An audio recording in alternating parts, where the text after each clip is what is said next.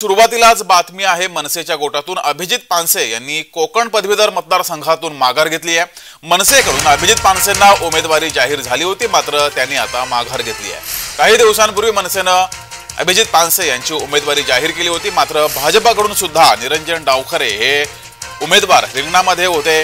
त्यामुळे नेमका आता माघार कोण घेणार, मनसे की भाजप अशी चर्चा सुरू होती। अखेर मनसेनं माघार घेतलेली आहे। लोकसभा निवडणुकीत पंतप्रधान नरेंद्र मोदी यांना बिनशर्त पाठिंबा देत महायुतीच्या सभांमध्ये सहभागी झालेले मनसेचे राज ठाकरे त्यानंतर आता मनसेकडून माघार घेतली गेली आहे।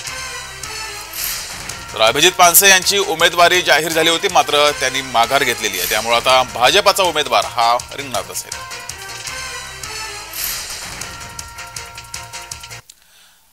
अधिक माहिती घेऊया, आपले प्रतिनिधी कुणाल भोईटे आपल्या सोबत जोडलेत। कुणाल, मनसेच्या उमेदवारांना माघार घेतलेली आहे। खरं तर महायुतीमध्ये राज ठाकरे सुद्धा सहभागी झालेले आहेत। लोकसभा निवडणुकीमध्ये राज ठाकरे यांनी प्रचार सुद्धा केला होता। अशा पार्श्वभूमीवर मनसेने आता माघार घेतली आहे, उमेदवार जाहीर करून माघार घेतलेली आहे। नेमकी काय कारण असावीत? जगदीश, एकंदरीत पाहायचं झालं तर राज ठाकरे यांनी लोकसभेसाठी बिनशर्त पाठिंबा दिल्यानंतर त्यांनी एक वाक्य वारंवार म्हटलेलं आहे की आम्हाला फेविकॉलचा जोड जो आहे तो लावला गेलेला नाहीये, आणि यातच त्यांनी कोकण पदवीधर मतदारसंघासाठी एक आपली वेगळी भूमिका, एक वेगळा उमेदवार कोकण पदवीधर मतदारसंघामध्ये देत एक भुवया उंचावणारा निर्णय जो आहे तो घेण्यात आला होता। आणि यानंतर भारतीय जनता पार्टीचे उमेदवार जे आहेत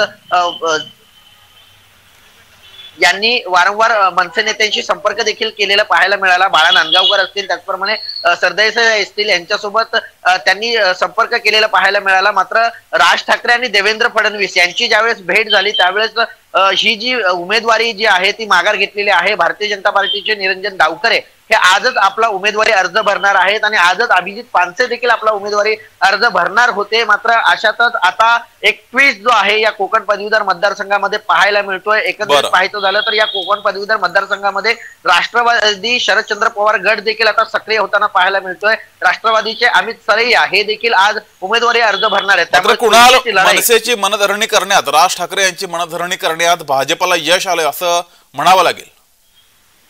नक्कीच, ज्याप्रमाणे भारतीय जनता पार्टीचे सर्वच नेते हे राज ठाकरेंच्या भेटीला गेले होते, देवेंद्र फडणवीस प्रामुख्याने राज ठाकरे यांच्या भेटीला गेले होते, निरंजन डावखरे वारंवार मनसे नेत्यांच्या संपर्कात होते, या सगळ्या मनधरणीचा परिणाम हा सकारात्मक पाहायला मिळतोय। आणि आता कोकण पदवीधर मतदारसंघातून अभिजित पानसे यांनी माघार घेतलेली आहे, आणि महायुतीसाठी हा सगळ्यात मोठा यश म्हणावं लागेल। कारण 34,000 ते 35,000 नोंदणी जी आहे मतदारांची ही मनसेकडून करण्यात आली होती, आणि याच नोंदणीमुळे कुठेतरी फटका जो आहे तो महायुतीला बसणार होता। मात्र आता याचा फायदा महायुतीला होताना पाहायला मिळणार आहे। जगदीश, धन्यवाद कुणाल दिलेल्या या माहितीबद्दल।